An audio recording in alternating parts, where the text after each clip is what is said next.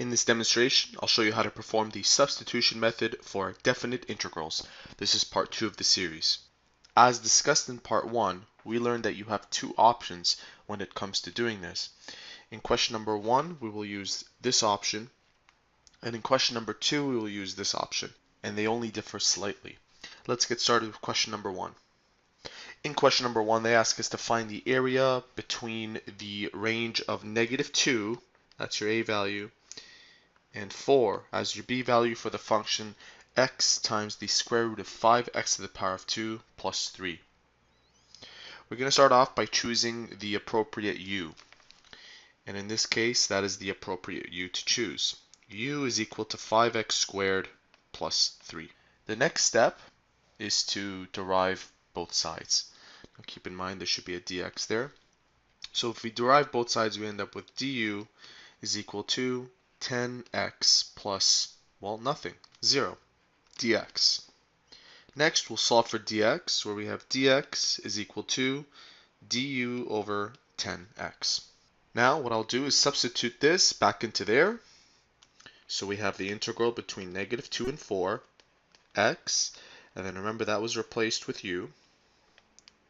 Then we put that in there, du over 10x. You'll notice that the x's will cancel out, this one with this one. And now we can go ahead and find the antiderivative of this function. The way we find the antiderivative of that function is simple. You take u, and instead of using the radical version, this, you're going to write down 1 over 2. You're going to add 1 to here, and then you're going to take that sum and divide it by that sum. In our case, this becomes 1.5, and 1.5 is the same thing as 3 over 2. So you place 3 over 2 at the bottom. You rearrange this to get 2 times u to the power of 3 over 2 over 3. We're going to place this now as our antiderivative, 2 over 3 u to the power of 3 over 2 plus c. Now, the next step is to change this u back into what you set it as. 2 over 3 times 5x to the power of 2 plus 3 to the power of 3 over 2 plus c. And now you will evaluate this at your upper and your lower limit. Your upper limit was 4 and your lower limit was -2. So we're going to find out what this is at 4 and we're going to find out what it is at -2, and then we're going to subtract those two sums. Let's go ahead and do that. Let's start off with 4. I'm going to use my calculator for this to save space. 2 over 3 times all to the power of 3 over 2. That part. And we end up with 504.11.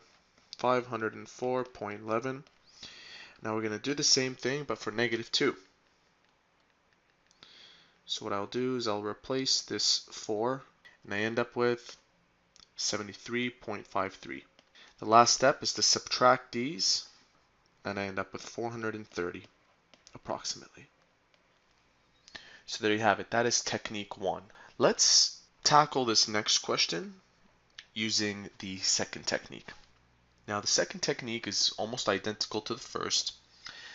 So we're going to start by setting something equal to u, and the only appropriate thing would be this. So u is equal to sine x plus 1. Now remember that 3 isn't set to u, dx.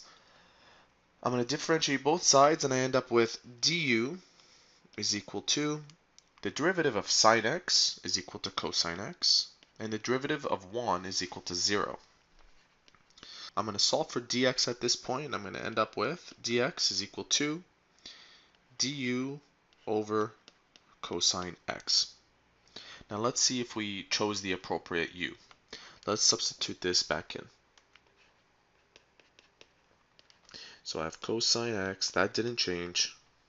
My u is stated right here to the power of 3, and then we have this, du over cosine x. So what we're going to do is cancel this out, cancel that out. We have the integral between 0 and pi over 2, u to the power of 3 du. Now the difference between this method and the previous method, as you can tell so far it's the same, is that your upper and your lower limit will change. So this and this will change. But how do they change? Well, you're going to go back to this part. U is equal to sine x plus 1. And what you're going to do is evaluate this right now at pi over 2 and 0. Pi over 2 and 0. And then your answers to these become your upper and your lower limit. Let me show you what I mean. If I substitute pi over 2 into my sine x, I end up with sine pi over 2 plus 1. Gives me an answer of 2. So that becomes 2. And we all know that sine at 0 is 0, plus 1 is 1. So these are my new upper and my lower limits, and I'm going to replace these two with 2 and 1. 2 and 1.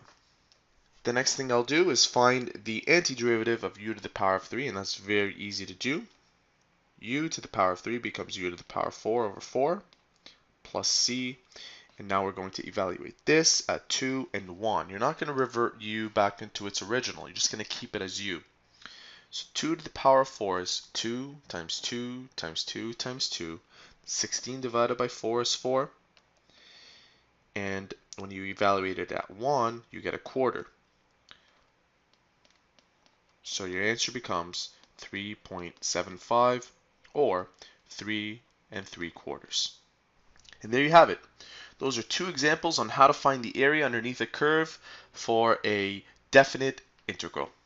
If you found this tutorial helpful, please support our channel by subscribing or by liking this video. If you have any further questions, you may visit our website at studyforce.com. We're an online service for students seeking free homework help. See you soon.